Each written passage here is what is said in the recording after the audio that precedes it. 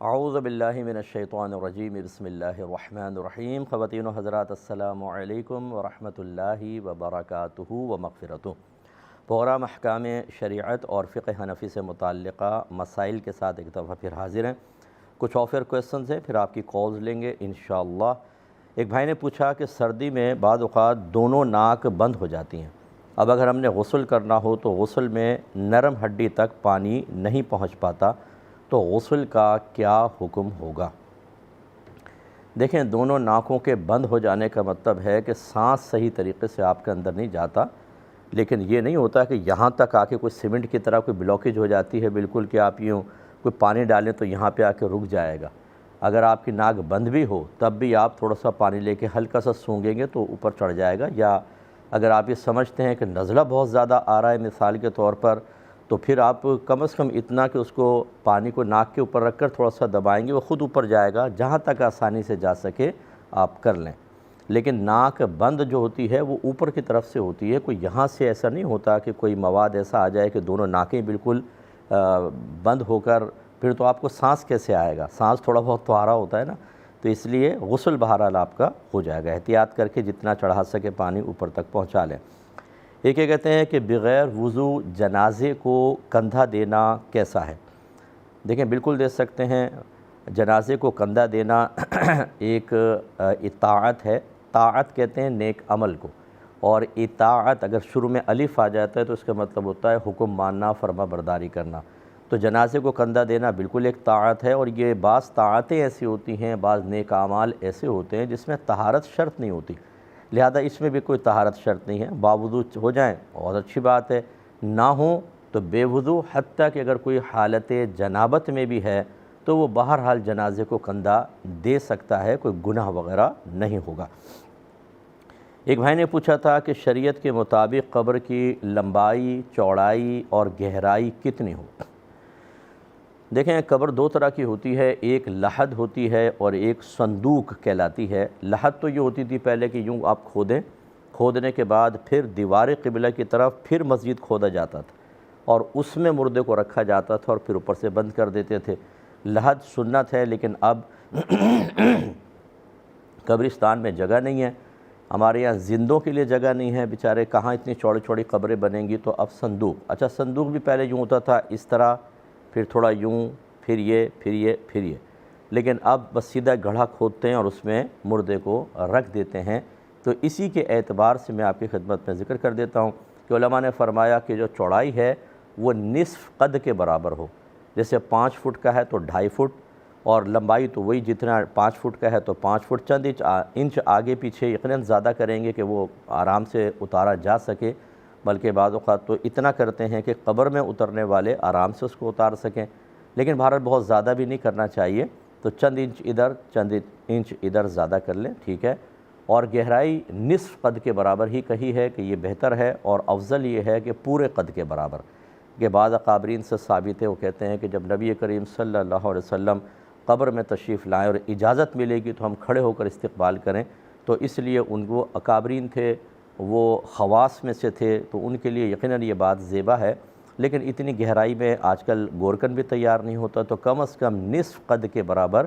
گہرائی ہو تو یہ بالکل سمجھ لیجئے کہ شریعت کے موافق آپ نے قبر بنا لی۔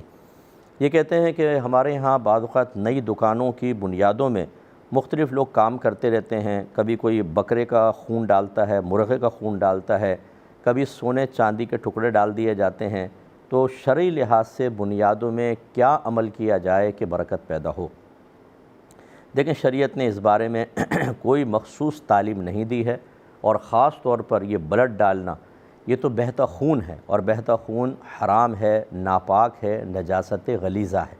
اب آپ خود عقل کے اوپر ہمارے جو ایک پردے چھا گئے ہیں، جو شریعت سے ناواقفی کی بنا پر اور عام لوگوں کے قائم کردہ رسوم و رواج کی اندھی تقلید کی وجہ سے پڑ چکے ہیں، کہ ہم نجاست غلیظہ کو بنیادوں میں ڈال کر سمجھتے ہیں کہ برکت پیدا ہوگی۔ اسی طرح سونا چاندی یہ اللہ تبارک و تعالیٰ کی طرف سے ایک نعمت ہے، قیمتی چیز ہے، اور اس کو اس طرح ڈالنا کہ جس میں نہ دین کا فائدہ نہ دنیا کا۔ کہاں لکھا ہے سونا چاندی ڈالیں گے تو جی اس کی وجہ سے پھر سونا چاندی ہی آنا شروع ہو جائے گا؟ اس کا مطلب یہ بھی اسراف میں داخل، اور اسراف حرام اور اللہ تعالیٰ نے مسرفین کو شیطان کا بھائی قرار دیا ہے۔ تو اس لیے ان چیزوں کی طرف توجہ نہ کریں۔ برکت ان چیزوں سے نہیں ہوتی، برکت ہوتی ہے آپ کی دیانتداری سے، خرید و فروخت کو بالکل شریعت کے مطابق ادا کرنے سے یا شریعت کے مطابق کرنے سے، اس کے احکام سیکھیں۔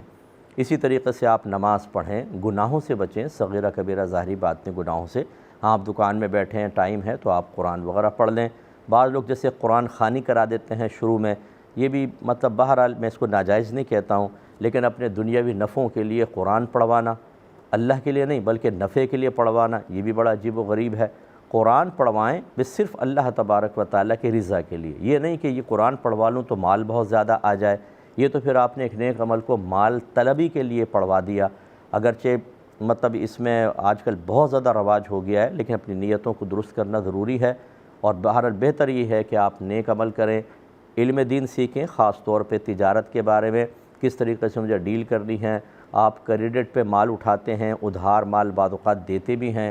گاہک کے ساتھ نرمی کا سلوک کرتے ہیں، کبھی سختی کا سلوک کرتے ہیں، تو یہ سارے احکام موجود ہیں۔ اسی طرح اپنے سودے کو جھوٹ بول کر، جھوٹی قسم کھا کر بیچنا، یہ اس کے احکام موجود ہیں۔ جب آپ یہ سب سیکھیں گے، اور اسی طریقے سے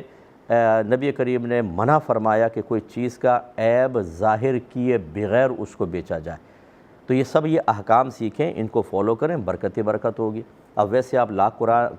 قرآن خوانیاں کرا لیں، درود کی محافل کروا لیں، مثلا نعت خوانی کروا لی، سب آپ نے کر لیا، اور بیٹھ کے جھوٹ بول رہے ہیں، دھوکہ دے رہے ہیں، جھوٹی قسمیں کھا رہے ہیں، گندا سودا بیچ رہے ہیں، تو کیا برکت ہوگی؟ کیا ہماری ان خراب حرکتوں کی وجہ سے کوئی مطلب بے برکتی پیدا نہیں ہوگی؟ یا صرف قرآن شروع میں پڑھایا تو پھر ساری ان کی بے برکتی ختم، اس کی برکت سب پہ غالب آئے گی؟ ایسا نہیں ہوتا۔ امید ہے کہ بات آپ سمجھ گئے ہوں گے۔ ایک کالر ہمارے ساتھ ہیں، پہلے کال لیں گے۔ السلام علیکم۔ جی وعلیکم السلام میرے بھائی، خیریت سے ہیں؟ اللہ کا بڑا کرم۔ جی بھائی میرا سوال یہ ہے کہ عمرہ ہم ہمیشہ کرتے رہتے ہیں، تو کبھی بھی ہم نے نا اس کے بعد طواف وداع نہیں کیا، تو کل مجھے پتہ لگا کہ اس کے لیے طواف وداع بھی ہوتا ہے، تو ایک تو یہ مجھے رہنمائی فرمائیں، اور دوسرا میرا سوال یہ ہے کہ یہ کہا گیا ہے، میں نے کس سے سنا کہ ہم سنتوں کے بعد جب ہم فرض پڑھنے لگیں تو ہمیں 2-4 قدم آگے پیچھے ہو جانا چاہیے، تو کیا ایسا کرنا چاہیے؟ پلیز مجھے اس کے جواب دیجیے گا۔ ٹھیک ہے، ایک اور کالر ہیں۔ السلام علیکم۔ السلام علیکم مفتی صاحب۔ جی مفتی صاحب خیریت سے ہیں؟ جی الحمدللہ۔ یہ سوال پوچھنا تھا کہ کسی نے نا غلطی سے حضرت اویس قرنی کے لیے لفظ استعمال کیا سید المرسلین، تو یہ اس طرح کہنا صحیح ہے؟ اور دوسرا یہ سوال تھا کہ سورۃ فاتحہ کی جگہ پر تشہد، اور تشہد کی جگہ پر سورۃ فاتحہ پڑھ دیا، یہ صحیح ہوگا؟ اس کا کیا ہے؟ ٹھیک ہے، اور میں عرض کرتا ہوں انشاءاللہ۔ ٹھیک ہے، بہن نے جو کویسچن کیا کہ ہمیں پہلے پتہ ہی نہیں تھا، کئی عمرے کر لیے، طواف وداع جس کو طواف رخصت بھی کہتے ہیں وہ کیا ہی نہیں، اب کل پتہ چلا۔ اچھا تھا آپ کو نہ پتہ تھا، آپ آرام سے تھیں، کیونکہ بعض چیزیں ہوتی نہیں ہیں تو ان کا علم سیکھنا بھی لازم نہیں ہوتا۔ بہن جس نے بھی آپ کو یہ کہا بالکل غلط کہا۔ اب میرے اس بیان کے بعد آپ ان کے پاس جائیں اور پوچھیں کہ عمرے کے بعد طواف وداع کہاں لکھا ہوا ہے۔ جب نہیں ہے، اور اگر کسی نے آپ کو کہا کہ طواف وداع ہوتا ہے، میں نے آپ کو پہلے بتایا جب آپ کو کہتے ہیں کہ یہ ایسا ہوتا ہے، یہ جائز ہے، یہ ناجائز ہے، تو آپ یہ دعویٰ کر رہے ہیں کہ اللہ اور اس کے رسول نے یہ فرمایا، اور اللہ رسول نے اگر کوئی چیز نہیں فرمائی اور آپ کہہ رہے ہیں کہ ایسا ہوا ہے، تو آپ اللہ اور اس کے رسول کی طرف جھوٹ منسوب کرنے والے ہو گئے۔ اللہ تعالیٰ قرآن میں واضح فرماتا ہے کہ اس سے بڑھ کر ظالم کون جو اللہ تبارک و تعالیٰ کی طرف جھوٹی بات کو منسوب کرے۔ اور نبی کریم صلی اللہ علیہ وسلم نے فرمایا جس نے مجھ پر جان بوجھ کر جھوٹ منسوب کیا وہ اپنا ٹھکانہ جہنم میں بنا لے۔ مزید نبی کریم صلی اللہ علیہ وسلم نے فرمایا کہ جو بغیر علم کے فتویٰ دے اس پہ زمین و آسمان کے تمام فرشتے لعنت کرتے ہیں۔ تو اب معلوم ہوتا نہیں ہے، لیکن عبادات کے بارے میں اپنی زبان چلا دیتے ہیں۔ خلاصہ کلام یہ ہے کہ عمر کے بعد کوئی طواف وداع نہیں ہے، کوئی طواف رخصت نہیں ہوتا، آپ بالکل ٹھیک کرتی رہی ہیں، لیکن بہرحال ابھی آپ کا تذبذب میں آ جانا، پریشانی میں مبتلا ہونا یہ بھی ثابت کرتا ہے کہ آپ نے بھی حج اور عمرے کی بیسکس نہیں سیکھی ہوئیں۔ اپنے شوق کی تکمیل کے لیے ہم وہاں پہنچ جاتے ہیں اور معذرت کے ساتھ پھر اس کو کیش بھی کرواتے رہتے ہیں۔ پوری زندگی ہم نے 4 حج کیے ہیں، ہم نے 6 عمرے کیے ہیں، وہاں سیلفیاں بناتے ہیں، وہاں پہ ویڈیو بنا کے بھیج رہے ہوتے ہیں، اسٹیٹس پہ لگا دیتے ہیں، پورے رشتہ داروں کو بعض اوقات قصداً بعض خواتین بعض جلا رہی ہوتی ہیں اور اسی طریقے سے پہلے کبھی معافی مانگنے کا خیال نہیں آتا، لیکن جب جانے لگے تو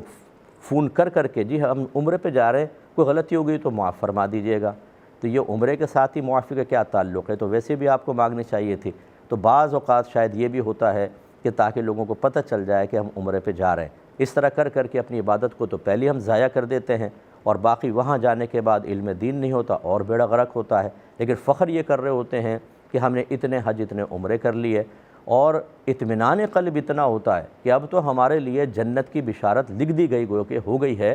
سب لوگ پھنسیں گے، ہم تو سیدھے جنت میں جائیں گے۔ اس لیے میری معذرت کے ساتھ میں یہ نہیں کہہ رہا ہوں کہ خدا نخواستہ اگر آپ نے بغیر علم کے حج یا عمرہ کیا تو سب ضائع ہو گیا، لیکن ضائع ہونے کے امکانات بہت ہوتے ہیں، اور جب کوئی اس قسم کی کویشچن کرتا ہے تو پتہ چلتا ہے کہ عبادت کے ارتکاب کے شوق کی تکمیل تو ہو گئی، لیکن شرعی تقاضے کے مطابق عبادت کو ادا کرنے کا نہ شعور ہے، نہ اس کے لیے کوئی عملی کوشش کی گئی۔ اس لیے میں آپ سے گزارش کرتا ہوں کہ اب جب بھی آپ جائیں پہلے عمرے حج کے احکام سیکھیں، یوٹیوب پہ جائیں، لکھیں حج کا بیان یا عمرے کا بیان بائے مفتی اکمل، میں نے کیو ٹی وی پہ ریکارڈ کرائے تھے، اس کو 2-3 دفعہ سن لیں، اور کوئی اچھے علماء کے بیانات سن لیں۔ اسی طرح کوئی حج کی کتاب اپنے ساتھ رکھیں، عمرے کی کتاب رکھیں، اس کے جو مناسک ارکان کی ادائیگی کے ان سب کو ایک دفعہ پڑھیں، انشاءاللہ کبھی غلطی نہیں ہوگی۔ تو جس نے ایسا کہا بالکل غلط کہا، آپ جا کے ایک دفعہ ان کی تصحیح کریں اور ان کو سمجھائیں، یا میرا کلپ یا ان کو سنا دیں کہ آئندہ ایسا مت کیجیے گا، آپ نے ایک اللہ رسول کی طرف جھوٹ منسوب کر کے اپنی آخرت کو خطرے میں ڈالا، تاکہ چلیں اس کو بھی توبہ کی توفیق مل جائے۔ ایک مختصر بریک لیں گے، ہمیں یقین ہے آپ ہمارے ساتھ رہیں گے۔ بسم اللہ الرحمن الرحیم۔ پہلے کالز لیں گے۔ السلام علیکم۔ وعلیکم السلام جی۔ جی بھائی جان۔ مفتی صاحب کیسے ہیں؟ ٹھیک ہے؟ اللہ کرم۔ جی سوال کریں۔ جی مفتی صاحب میرا سوال تھا، اگر میں مغرب کی نماز ادا کر رہا ہوں، ابھی فرض ادا کر رہا ہوں، تو عشاء کی اذان ہو جاتی ہے، باقی جو میرے دوست سنتے ہیں وہ کیا نیت کرنی ہو کہ قضا کی یا نارمل نیت کروں گا؟ ٹھیک ہے۔ اور اگر عشاء کی جو نماز ہے وہ میں صبح فجر کی اذان سے آدھا گھنٹہ اگر پہلے پڑھتا ہوں تو اس کے لیے کیا حکم ہوگا؟ ٹھیک ہے۔ اور میں عرض کرتا ہوں، چلیے ایک اور کالر ہیں۔ السلام علیکم۔ وعلیکم السلام مفتی صاحب۔ جی فرمائیے۔ مفتی صاحب میرا سوال ہے کہ اگر سنت مؤکدہ میں تیسری رکعت میں الحمد شریف کے بعد صورت نہ ملائی جائے اور رکوع میں چلے جائیں تو کیا حکم ہوگا؟ ٹھیک ہے، عرض کرتا ہوں۔ یہ ایک بہن نے کویشچن کیا تھا کہ سنا یہ ہے کہ جب فرض ادا کریں تو اس کے بعد اگر سنت وغیرہ جیسے ادا کرتے ہیں تو 2-4 قدم آگے یا پیچھے ہو کر ادا کریں، کیا حکم شرع ہے؟ دیکھیں یہ مسجد کے اندر جب نماز ادا کریں نا جماعت، اس کے بعد کا حکم یہ ہے کہ تھوڑا دائیں بائیں ہو جائیں، کیونکہ اگر سب اپنی اپنی جگہ ہی کھڑے ہو کر ادا کریں تو ایسا لگے گا جیسے جماعت سی ہو رہی ہے، بعد میں آنے والے کو غلط فہمی ہو سکتی ہے۔ تو ایک تو یہ غلط فہمی کے رفع کے لیے، اس کو دور کرنے کے لیے بہتر ہے کہ آپ دائیں بائیں ہو جائیں۔ دوسرا، نبی کریم صلی اللہ علیہ وسلم کی سنت کریمہ ہے کہ آپ جو پہلے کی سنتیں تھیں وہ حجرہ مبارکہ میں پڑھ کے تشریف لاتے، اور اسی طرح اگر فرض کے بعد کچھ پڑھنا چاہتے تو گھر تشریف لے جاتے اور وہاں جا کے پڑھا کرتے تھے۔ اسی طریقے سے شروع سے یہ سنت متوارثہ کہہ سکتے ہیں اس کو کہ جاری و ساری ہے کہ جیسی جماعت سے فارغ ہوں تو سب ہٹ کے دائیں بائیں اپنے اپنے سنن مختلف مقامات پر ادا کرتے ہیں۔ تو اس لیے اس سنت کو پورا کرنے کے لیے بھی اس طرح کا طرز عمل اختیار کرنا بہتر ہے۔ لیکن اگر بہنیں گھر پہ نماز پڑھ رہی ہیں اور ایسی کوئی علت یا ایسی کوئی ضرورت موجود نہیں ہے تو ایک ہی جگہ آپ ادا کر سکتی ہیں۔ اسی طریقے سے اگر کوئی مسجد میں بھی ایک ہی جگہ فرض پڑھ کے پھر وہیں کھڑے ہو کے سنت نوافل پڑھے تو کوئی گناہ کی صورت نہیں ہے، یہ بہتر رکھا ہے، افضل لکھا ہے کہ دائیں بائیں ہو جائیں، ورنہ ایک جگہ بھی آپ پڑھ سکتے ہیں۔ ایک بھائی نے کویشچن کیا کہ کسی نے حضرت اویس قرنی رضی اللہ تعالی عنہ کے لیے سید المرسلین کا لفظ کہہ دیا تو کیا حکم شرع ہوگا؟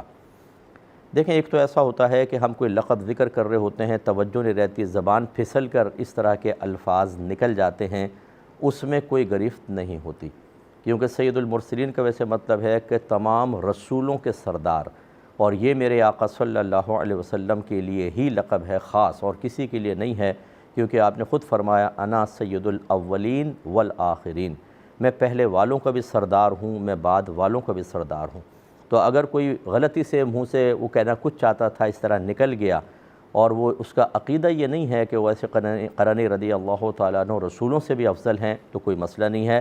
احتیاطاً توبہ کر لے بہتر ہے، اور لوگوں کے سامنے وضاحت بھی کر دے کہ جی غلطی سے میری زبان سے نکل گیا ہے، تاکہ بدگمانیاں پیدا نہ ہو، کیونکہ ہمارے ہاں فتویٰ انتہائی تیزی کے ساتھ جاری کیا جاتا ہے۔ اور اگر فرض کر لیں معاذ اللہ کوئی اس کے معانی کا قصد و ارادہ کر کے ہی ایسا کہے گا تو اس کے لیے پھر فقہا کے نزدیک حکم کفر ہوگا، اسے تجدید ایمان اور تجدید نکاح کرنا ہوگا، اور اگر اس نے لوگوں کے سامنے کہا ہے تو علانیہ ہی توبہ کرنی ہوگی۔ ایک بھائی نے فرمایا کہ اگر کوئی تشہد کی جگہ التحیات کی جگہ الحمد پڑھ دے یا الحمد کی جگہ غلطی سے تشہد اسٹارٹ کر دے تو کیا حکم شرع ہے؟ دیکھیں الحمد کی جگہ یعنی اس سے پہلے اگر آپ نے تشہد شروع کر دی، بعض اوقات اگلی رکعت کے لیے کھڑے ہوتے ہیں تو توجہ نہیں رہتی، التحیات زبان پہ جاری ہو جاتی ہے، تو اس میں تو کوئی سجدہ سہو نہیں ہے، یہ خلاف سنت ضرور ہے، لیکن چونکہ ذکر کے الفاظ ہیں اور نماز میں ذکر الہی کو فصل بالاجنبی نہیں کہا گیا، لہذا اس میں کوئی سجدہ سہو وغیرہ نہیں ہوگا، صرف اتنا ہے کہ خلاف مستحب یا خلاف سنت نماز ہوئی۔ لیکن اگر کوئی التحیات میں بیٹھا اور وہاں اس نے الحمد شریف پڑھ دی تو قیام کے علاوہ کہیں پر بھی اگر آپ قرآن پڑھتے ہیں قرآن کی نیت سے تو پھر سمجھ لیجئے کہ سجدہ سہو لازم ہوتا ہے۔ قرآن کی نیت ضروری ہے، کیونکہ جیسے ہم درود ابراہیمی کے بعد دعا پڑھتے ہیں اور وہ بعض اوقات قرآن کی آیات ہی ہوتی ہیں، لیکن وہ دعا کے قصد و ارادے سے پڑھ رہے ہیں، لہذا اگر کوئی التحیات کی جگہ الحمد شریف پڑھتا ہے تو اس کو سجدہ سہو کرنا ہوگا۔ یہ کہتے ہیں کہ میں مغرب کی نماز پڑھ رہا تھا، اس کے فرض ادا کر رہا تھا، دیر سے پڑھ رہے ہوں گے تو عشاء کی اذان شروع ہو گئی، تو یہ نماز قضا ہو گئی یا کیا حکم ہے؟ دیکھیں آپ کی نماز ہو گئی کہ جب ایک نماز کے بعد دوسری نماز کا وقت ہوتا ہے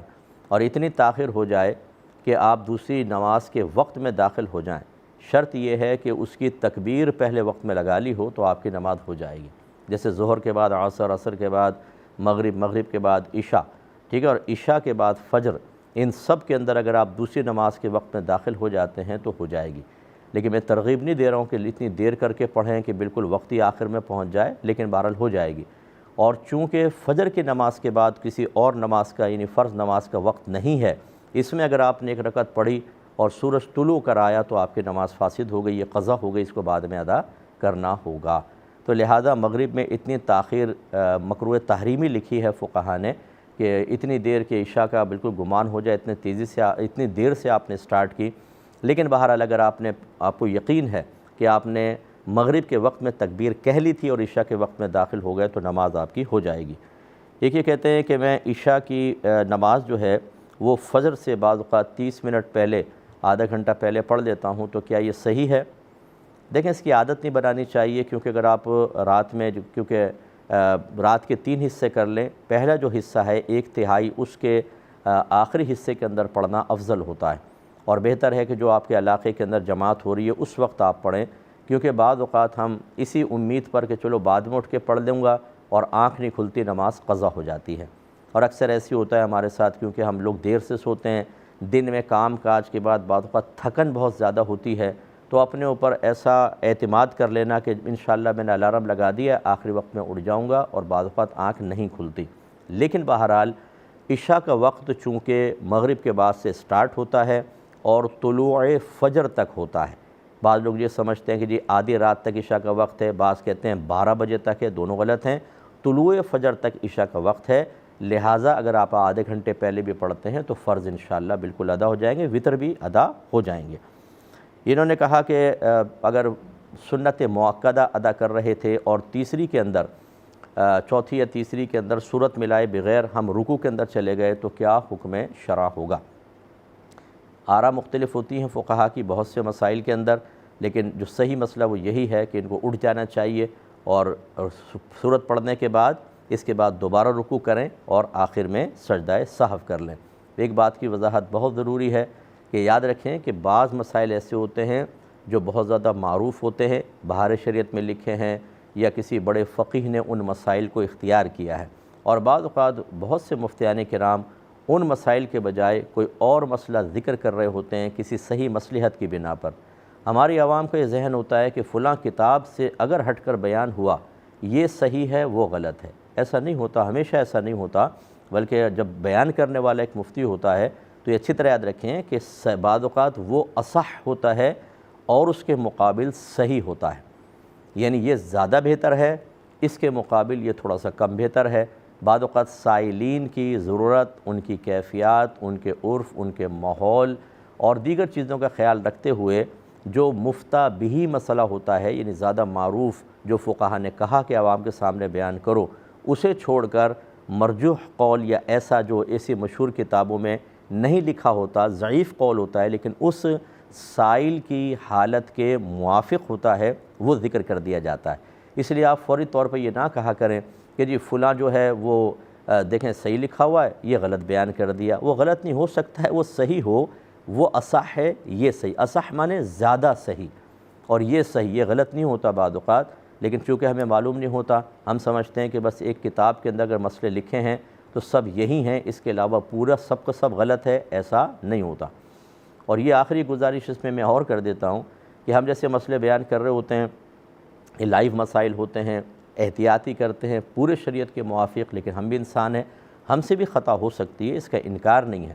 لیکن بعض اوقات بعض حضرات کو میں نے دیکھا ہے کہ کوئی بھی مشہور عالم کوئی بات بیان کرے، اگر ان کو ذرا بھی اس میں اپنی مرضی کے موافق چیز نظر نہ آئے یا مسٹیک نظر آئے تو کتابوں کا انبار لے کر بیٹھ کے کلپ ریکارڈ کر کے عوام کے سامنے ڈالتے ہیں کہ فلاں نے غلط کہا، صحیح یہ ہے۔ اچھا، اگر فرض کر لیں فلاں نے غلط کہا، صحیح یہ ہے، تو آپ کو یہ اتنا اہتمام کرنے کی حاجت کیوں تھی؟ پبلک کو دکھانا ہے، واہ واہ کرنی ہے، یا آپ کو یہ ثابت کرنا ہے کہ ایک مشہور عالم بھی غلطی کر سکتا ہے، ہم بتاتے ہیں دیکھیں غلطی کر سکتا ہے، یا یہ سمجھانا مقصود ہے کہ ہمارا علم بہت زیادہ ہے، ایک مشہور آدمی بھی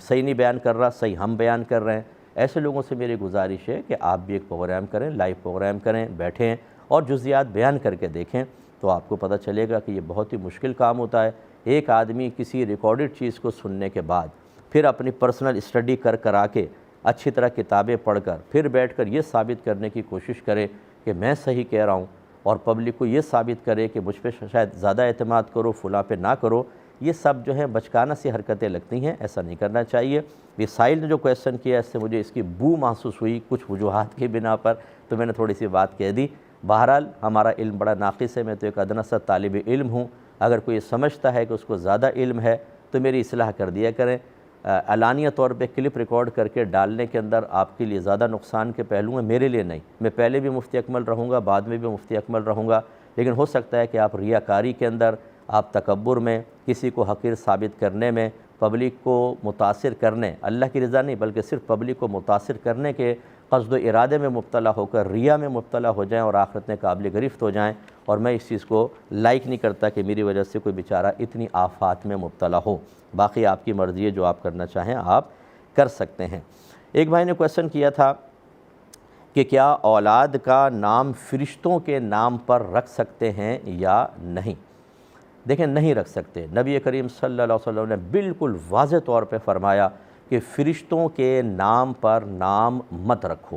تو بعض میکائیل رکھ دیتے ہیں، بعض اور نام دیگر رکھ لیتے ہیں، اس طرح کے فرشتوں کے نام پر نہ رکھیں۔ اگر کسی نے رکھا ہے، اپنے نبی کریم صلی اللہ علیہ وسلم کے قول مبارکہ کی مخالفت سے بچنے کے لیے چینج کر لیں، دوسرا کوئی نام رکھ لیں۔ اگر ڈاکیومنٹس میں چینج کرنا بہت ہی مشکل ہو، اس کو ایز اٹ از رہنے دیں، لیکن اپنے پکارنے کے لیے ایک نیا نام رکھیں اور لوگوں کو بتائیں مجھے اسی نام سے پکارا جائے، اور نیکسٹ ٹائم اسی نام کو یوز کریں، فرشتوں کے نام کو استعمال نہ کیا جائے۔ ایک مختصر سا مزید بریک ہے، آتے ہیں چھوٹے سے بریک کے بعد۔ بسم اللہ الرحمن الرحیم۔ ایک بھائی نے کویسچن کیا تھا کہ چولہا جلانے سے پہلے بسم اللہ الرحمن الرحیم پڑھ سکتے ہیں یا نہیں؟ جی بالکل پڑھ سکتے ہیں، کیونکہ چولہا جلانا، اس پہ کھانا وغیرہ بنانا، یہ تو اچھے کام ہیں۔ اب یہ تو نہیں ہے کہ آپ کسی کا گھر جلا رہے ہوں، اگر گھر جلا رہے ہوں کسی کا، اس آگ جلانے کے وقت پھر آپ بسم اللہ پڑھیں تو پھر تو غلط ہے، کیونکہ ناجائز کام سے پہلے بسم اللہ پڑھنا یہ بعض اوقات گناہ ہوتا ہے، بلکہ بعض اوقات تو کفر بھی ہوتا ہے۔ جیسے کوئی جوا کھیلنے سے پہلے بسم اللہ پڑھ لے، معاذ اللہ ثم معاذ اللہ، یہ شراب پینے سے پہلے تو بعض فقہا نے فرمایا وہ کافر ہو جائے گا، کیونکہ سخت بے ادبی ہے، لیکن یہ تو اچھا کام ہے۔ کل امر ذی بال لم یبدا ببسم اللہ فہو ابتر، نبی کریم نے فرمایا کہ ہر وہ کام جو اچھا ہو، ذی شان ہو، اگر اس سے پہلے بسم اللہ نہ پڑھی جائے تو وہ بے برکت رہ جاتا ہے۔ تو اس لیے چولہا ہم جلا رہے ہیں اچھے مقصد کے لیے ہوتا ہے، روٹی بنانی ہے، کھانا بنانا ہے، انڈے ابالنے ہیں، دیگر کام کرنا ہے، اور یہ کوئی برے کام تو نہیں ہے، اس لیے ان سے پہلے بسم اللہ پڑھنے میں کوئی حرج نہیں ہے۔ ایک بھائی نے پوچھا کہ جس بچے کا نام محمد ہو، کیا والدین اور اساتذہ اس کی اصلاح کے لیے اس کو ڈانٹ یا مار سکتے ہیں یا نہیں؟ دیکھیں اس صورت میں اس کا حکم سید کی مثل ہوتا ہے، یعنی بچے کو میں نہیں کہہ رہا ہوں سید کی مثل ہے، سید تو ہمارے سردار ہیں، حکم کے اعتبار سے اگر کوئی سید بچہ خطا کر لے تو ہمارے علماء نے بیان فرمایا کہ اگر استاد ہے تو وہ اس کی بالکل اصلاح کرے گا، لیکن یہ نہ سوچے کہ میں اس کو سزا دے رہا ہوں یا اس کو حقیر سمجھے، بلکہ یہ سمجھے کہ شہزادے کے کپڑوں پر کچھ کیچڑ یا مٹی سے لگ گئی ہے، میں اس کو صاف کر رہا ہوں، بس یہ۔ تو اب یہاں پر حکماً میں کیوں اس لیے کہا کہ یہ حدیث میں آیا، اعلیٰ حضرت نے اس کو نقل کیا، حدیث کو تائید و توثیق فرمائی ہے کہ نبی کریم صلی اللہ علیہ وسلم نے ارشاد فرمایا جس کا نام محمد ہو اس کو نہ مارو۔ تو یہ شاید اس سے نتیجہ نکالا کہ کیا اساتذہ والدین مار سکتے ہیں کہ نہیں؟ تو ایک تو ہوتا ہے کہ محمد نام کو حقیر سمجھتے ہوئے یا اس وجہ سے کہ اس کا نام محمد ہے اسے حقیر سمجھتے ہوئے کیا، یہ تو خاص نام سرکار صلی اللہ علیہ وسلم سے بغض اور کینے کی وجہ سے وہ ایک الگ حکم ہوگا، اس میں سخت حکم ہے ناجائز۔ لیکن اگر اولاد سمجھ کر ماں باپ اس کو تھوڑا ڈانٹ رہے ہیں یا ٹیچرز اس کو کوئی ڈانٹ رہے ہیں، کیونکہ اگر پنشمنٹ نہیں کریں گے، ڈانٹیں گے نہیں، اور اس بچے کو کسی طرح یہ پتہ چل جائے کہ اس وجہ سے مجھے نہیں ڈانٹ رہے کہ میرا نام محمد ہے، تو بس پھر اس کے بعد تو وہ پڑھ لیا، اس کے بعد تو وہ اچھی روش کی طرف آنے سے رہا، لہٰذا اچھے قصد و ارادے کے ساتھ اصلاح کر سکتے ہیں اور اس میں تھوڑا سا زیادہ بھی کر سکتے ہیں۔ نبی کریم صلی اللہ علیہ وسلم نے مطلق کلام فرمایا کہ جب بچہ 7 برس کا ہو جائے تو اس کو نماز کا حکم دو، اور 10 برس کا ہو جائے تو مار کر نماز پڑھاؤ۔ یہاں یہ تو نہیں فرمایا کہ محمد نام ہو تو پھر نہ مارنا، چاہے نماز پڑھے نہ پڑھے، ہاں جو غیر محمد ہو جس کا نام محمد نہ ہو اس کو مارنا، ایسا تو نہیں فرمایا۔ لہٰذا یہ مطلقاً حکم موجود ہے، لیکن بات وہی ہے کہ اچھے قصد و ارادے کے ساتھ اور کوئی فاسد نیت اس میں شامل نہ ہو تو کوئی حرج نہیں ہے۔ یہ کہتے ہیں ایک ایتھیسٹ ہے جس کو ملحد بھی کہتے ہیں، بے دین بھی کہتے ہیں، جو خدا کے وجود کے منکر ہوتے ہیں۔ یہ کہتے ہیں انہوں نے کہا کہ کوئی اس کا جواب نہیں دے سکتا، اور یہ کوئی سوشل میڈیا پہ کہا ہوگا، تو اس بھائی نے مجھے بھیجا کہ اللہ نے فرشتے سے کس زبان میں کلام کیا تھا اور کیسے کلام فرمایا۔ یہ کہتے ہیں اگر کلام کیا ہوتا نا اللہ نے تو تمام مسلمانوں کو معلوم ہوتا، لیکن انہیں کوئی یہ بات معلوم ہی نہیں ہے۔ دیکھیں یہ بات کہنے والا بالکل ایسا ہی ہے جیسے آپ کسی مکینک کے پاس جائیں اور کہیں یہ گاڑی ہے، یہ ہینڈل ہے، یہ ٹائر ہے، یہ پیٹرول ہے، یہ فلاں چیز ہے، تمہیں تو ابھی تک معلوم ہی نہیں تھا۔ وکیل کے پاس جائیں، اس کے مختلف جو وکالت کی اس سے متعلق چیزیں بول کے کہیں تمہیں تو معلوم ہی نہیں تھا۔ ارے بھائی یہ دعویٰ کرنے سے پہلے کہ تمہیں معلوم نہیں تھا کہ مسلمانوں کے آپ نے تعلیم کی اسٹڈی کی ہے، علماء سے رابطہ کیا ہے، چند ایک بیچارے عوام سے پوچھ لیا ہوگا، ان کو نہیں پتہ چلا ہوگا، ورنہ ہمارے علماء نے واضح طور پہ اس کے جوابات بہت پہلے دے دیے ہیں۔ اللہ تبارک و تعالیٰ کا پہلی بات یاد رکھیں کہ لیسا کمثلہ شیء، اللہ نے اپنے بارے میں بیان فرمایا کہ اللہ کی مثل کوئی شے نہیں ہے، کوئی شے اللہ کی مثل نہیں ہے، کوئی اللہ کسی شے کی مثل نہیں ہے۔ لہٰذا ہمارا کلام جو ہوتا ہے یہ الفاظ کی شکل میں ہوتا ہے اور اس کی آواز ہوتی ہے، جبکہ اللہ تبارک و تعالیٰ کا کلام آواز اور الفاظ کی قید سے پاک و صاف ہے۔ یہ ایک بات تو پہلے یاد رکھیں۔ اب جب اللہ تعالیٰ فرشتوں سے کلام فرماتا ہے یا حضرت موسیٰ علیہ السلام کو باقاعدہ اللہ تعالیٰ نے ہم کلامی کا شرف بخشا، یا میرے آقا صلی اللہ علیہ وسلم سفر معراج پر اللہ کی بارگاہ میں پہنچے اور وہاں براہ راست ہم کلامی کا شرف حاصل ہوا، تو یہ یاد رکھیں پہلی بات تو یہ کہ اللہ تبارک و تعالیٰ ہر ایک سے اس زبان میں کلام فرماتا ہے یا جیسے الہام فرمایا جو اس کی زبان ہے۔ اگر یہ تو کنفرم ہے کہ انبیاء علیہ السلام کو اللہ نے وحی فرمائی جو کبھی جبریل امین کے ذریعے ہوتی، کبھی خواب دکھائے جاتے اور کبھی دل میں الہام القاء فرمایا جاتا، جیسے خیال ڈال دیا ایک دم۔ اور چونکہ انبیاء علیہ السلام معصوم ہوتے ہیں، ان کا قلب ہر قسم کے شیطانی اثرات کو قبول کرنے سے پاک و صاف ہوتا ہے، اس لیے وہ جو اچھا خیال ہے، جو پیغام ہے، جو حکم ہے، وہ اللہ کی طرف سے ہی ہوتا ہے۔ اللہ تعالیٰ حکیم مطلق ہے، اسی زبان میں کلام کرے گا جس میں وہ ہے۔ اچھا اب کلام اس کا جب آواز سے پاک و صاف ہے، الفاظ کی قید سے پاک و صاف ہے، تو کیسے ہوتا ہے؟ ایک تو میں نے بتا دیا، دو اس کے معاملات ہوتے ہیں۔ ایک تو یہ کہ اللہ تعالیٰ کسی چیز پر تجلی فرماتا ہے، اور وہ اللہ تعالیٰ کے کلام کی حکایت، یعنی اللہ تعالیٰ اس کے اندر گویا کہ اپنے کلام کو ودیعت فرما دیتا ہے، اور وہ پھر اللہ تعالیٰ کے کلام کو ایسے بیان کرتا ہے جیسے متکلم کر رہا ہوتا ہے۔ جیسے حضرت موسیٰ علیہ السلام جب اللہ تعالیٰ پہلی مرتبہ جب آگ لینے گئے تو درخت نے کہا کہ میں تیرا رب ہوں، میں اللہ ہوں، تو وہ درخت نے کیا، درخت معاذ اللہ تعالیٰ درخت کی شکل میں آ گیا تھا؟ نہیں، اس کا مطلب ہے اللہ تعالیٰ نے اس درخت کو بولنے کی طاقت عطا فرمائی، قوت گویائی عطا فرمائی، اپنا کلام اس کو گویا کہ الہام فرمائے، یہ قدرت کامل ہے اللہ کی، اور اس نے اللہ کے کلام کو بیان کیا اور یہ کہا کہ میں اللہ ہوں، یعنی اللہ تعالیٰ گویا کہ بیان فرما رہا ہے لیکن درخت کے ذریعے۔ یہ ایسے ہی ہے جیسے میں آپ کو خط دوں اور میں آپ سے کہوں فلاں کے پاس جا کے جیسا لکھا ہے نا بس ویسا پڑھ کے سنا دو، اور اس میں نے یہ لکھا تھا میں آپ کو حکم دیتا ہوں کل یہ کام کریں، اب آپ نے جا کر یہی پڑھا، میں آپ کو حکم دیتا ہوں یہ کام کریں، تو آپ کہہ رہے ہیں کہ میں حکم دیتا ہوں یا میرا کلام آپ سنا رہے ہیں؟ اگرچہ کلام ایسا ہے، آپ کلمات وہ بیان کر رہے ہیں جو متکلم کے ہیں، کلام کرنے والے کے ہیں، لیکن وہ میرا کلام حکایت کرتے، اس کو حکایت کرنا کہتے ہیں، ایسی وہ درخت حکایت کرتے ہیں، ایسا ہوتا ہے۔ اور دوسرا ہے الہام، کہ جیسے دماغ کے اندر فیڈنگ یا دل کے اندر خیال ڈال لینا یا احکام ڈال لینا، اور چونکہ اللہ تعالیٰ فرشتوں سے، فرشتے معصوم یا نبیوں سے اس طرح کا الہام فرماتا ہے، نبی معصوم، لہٰذا وہ وحی الہی ہوتی ہے، وہ اللہ کا پیغام ہوتا ہے، شیطانی ایرر سے پاک و صاف ہوتا ہے۔ تو اب امید ہے کہ بہت سی بات سمجھ گئے ہوں گے۔ اس مختصر وقت میں اتنا ہی کلام سمجھنے والے کے لیے کافی ہے، اور جو نہ سمجھے وہ کبھی نہیں سمجھے گا، جو خدا کے وجود کو نہ سمجھ سکا وہ کیا بیچارہ بات سمجھے گا۔ اتنی بات بے دینوں کو سمجھ میں نہیں آتی، ملحدین کو سمجھ میں نہیں آتی کہ یہ کائنات کے اتفاقی طور پہ بن گئی ہے، اس کو چلانے والا کوئی بھی نہیں ہے، تو پھر اپنے گھر میں سبزی وبزی لا کے رکھ دو، دیکھیں اتفاقی طور پہ خود ہی کٹ جائے گی، خود ہی پک جائے گی، خود ہی آپ کے سامنے پلیٹوں میں آ جائے گی۔ کمرہ بند کر کے بیٹھو، جب اتفاقاً پورا ہو رہا ہے تو یہ بھی اتفاقاً ہو سکتا ہے۔ اپنے جسم کے نظام کو ہی دیکھ لیں، اتنا پرفیکٹ نظام اللہ تبارک و تعالیٰ نے بنایا ہے، کس طرح باڈی ورک کرتی ہے، ایک ایک عضو اپنا ورک کر رہا ہے، کیا یہ بغیر کسی بنانے والے کے ہو سکتا ہے؟ لیکن جب عقل کے اوپر پردے پڑ جاتے ہیں تو انسان اس طرح کی دیکھی ہوئی چیزوں کو اس طریقے سے واضح طور پہ قدرت کاملہ ظاہر کرنے والی چیزوں کو نظر انداز کر کے اپنی آخرت کو برباد کرتا ہے۔ یاد رکھیں آخرت میں انجام بہت دردناک ہے، اللہ سمجھنے کی توفیق عطا فرمائے۔ یہ کہتے ہیں کہ ایک 65-70 سالہ عورت ہیں، ان کے بچے ان کی نافرمانی کرتے ہیں، تو ایک مرتبہ انہوں نے کہا کہ پہلے جیسے لوگ بتوں کو پوجتے تھے تم بھی مجھے اسی طرح پوجو، میں تمہاری ماں ہوں۔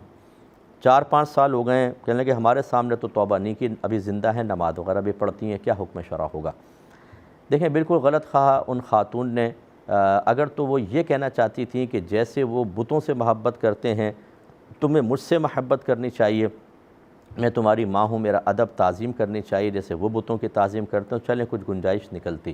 لیکن لفظ پوجنا، عبادت کرنا، تو عبادت تو صرف اللہ تبارک و تعالیٰ کی ہوتی ہے۔ ہم کعبۃ اللہ کے سامنے اگر سر جھکاتے ہیں تو کعبۃ اللہ کی عبادت کا قصد و ارادہ نہیں ہوتا،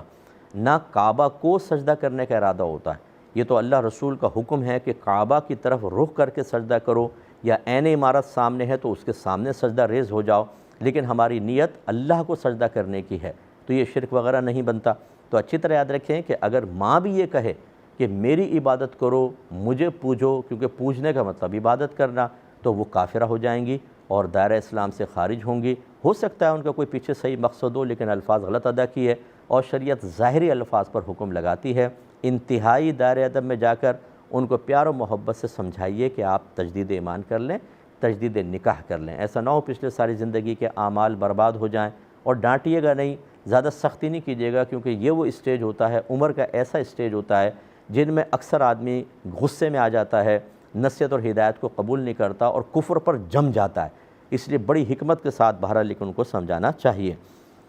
کسی بچی نے کہا کہ بیٹوں پر ماں کا حق زیادہ ہوتا ہے اور بیٹیوں پر شوہر کا، ایسا کیوں ہے؟ ماں کو جتنی تکلیف بیٹے کو پیدا کرنے میں ہوتی ہے اتنی ہی بیٹیوں کو بھی پیدا کرنے میں ہوتی ہے۔ تو پھر ہم 4 بہنیں ہیں اور بھائی وغیرہ کوئی نہیں ہے، اب ہمارے ماں باپ کہاں جائیں؟ جو مجھے سمجھ میں آیا وہ یہی ہوگا کہ شاید یہ بہنیں اپنی والدین کی خدمت کرنا چاہتی ہوں گی، تو شوہر کہتے ہوں گے کہ بھئی سب سے زیادہ حق شوہر کا ہے، تم اب ان کو چھوڑ دو۔ تو یہ بچی کے ذہن میں تھاٹس پیدا ہوئے جو انہوں نے ذکر کیا۔ بالترتیب لے لیتے ہیں، بیٹیوں سب سے زیادہ حق بیٹوں پر ماں کا ہے، تو ماں پر، بیٹوں پر ہی نہیں، بیٹیوں پر اور بیٹوں پر دونوں کا پر ماں کا حق باپ سے 3 گنا زیادہ ہے۔ پہلی بات ہے کہ اچھا تصحیح کر لیں کہ جب یہ کہا گیا کہ ماں کا حق زیادہ ہے تو اس کا مطلب کیا ہوتا ہے کہ اگر ماں اور باپ کے حقوق کو آپ مقابل رکھیں تو پھر یہ ہوگا کہ ماں کا حق والد سے 3 گنا زیادہ ہے۔ پہلی بات تو یہ یاد رکھیں، اس میں بیٹا بھی برابر ہے، بیٹی بھی برابر ہے۔ مثلا اگر آپ غیر شادی شدہ ہیں، غیر شادی شدہ، تو یاد رکھیں بیٹا بیٹی دونوں کے اوپر ماں سے، باپ سے زیادہ ماں کا حق ہے اور 3 گنا زیادہ ہے۔ ہاں تعظیم والد کی زیادہ ہوگی، ایک بات تو یہ ہو گئی۔ دوسری بات یہ ہے کہ نبی کریم صلی اللہ علیہ وسلم نے ارشاد فرمایا کہ عورت پر سب سے زیادہ حق اس کے ماں باپ کا ہوتا ہے، لیکن جب شادی ہو جائے تو سب سے زیادہ حق شوہر کا ہوتا ہے۔ اس کا مطلب یہ ہوا کہ ماں کا حق اگر باپ کے مقابل دیکھیں اب بھی بیٹیوں کے لیے 3 گنا زیادہ ہی ہے باپ سے، اور وہ حق ختم نہیں ہوتا، لیکن جب شادی ہو جاتی ہے تو پھر شریعت نے شوہر کی طرف زیادہ متوجہ ہونے کا حکم دیا ہے۔ لہٰذا اس کا مطلب یہ ہوا کہ شوہر ایک الگ ایک کردار آ گیا، اس کا اپنا حق ہو گیا، لیکن اس کی وجہ سے ماں کے اور باپ کے حقوق تو سلب نہیں ہوئے۔ اسی لیے آپ نے مسئلہ یہاں سنا ہوگا کہ اگر ماں باپ محتاج ہوں تو تمام بچوں پر ان کی کفالت کرنا واجب ہے، چاہے لڑکے ہوں چاہے لڑکیاں ہوں، اپنے اپنے حسب استطاعت ان کا نان نفقہ یعنی رہائش، کھانا پینا، لباس سب کو ملا کر دینا ہوگا۔ ہاں کوئی ایک بیٹا کرنا چاہے کر سکتا ہے، لیکن واجب ہے کہ سب بہن اور بھائی مل کر اپنے ماں باپ کی کفالت کریں۔ اگر ماں باپ کا حق بالکل ساقط ہو جاتا ہے شوہر کے حق کی وجہ سے تو بتائیے شریعت نے ایسا کیوں کہا؟ اس میں مزید کلام کر لیں گے انشاءاللہ کل کے پروگرام میں 8 بجے دوبارہ حاضری کا، زندگی رہی تو انشاءاللہ حاضری کا شرف حاصل ہوگا۔ اس وقت تک کے لیے اپنے میزبان کو، ہماری کیو ٹی وی کی پوری ٹیم کو اجازت مرحمت فرمائیں۔ آپ ہمارے لیے دعا کیجیے، ہم آپ کے لیے دعا گو ہیں کہ اللہ تبارک و تعالی ہم سب کو دین پر استقامت عطا فرمائے، اور جتنے فتنے آج کل دین کے خلاف قائم ہو چکے ہیں اللہ تعالیٰ ان کے شرور سے ہمیں بھی ہماری نسلوں کو محفوظ فرمائے، آمین۔ وآخر دعوانا ان الحمد للہ رب العالمین۔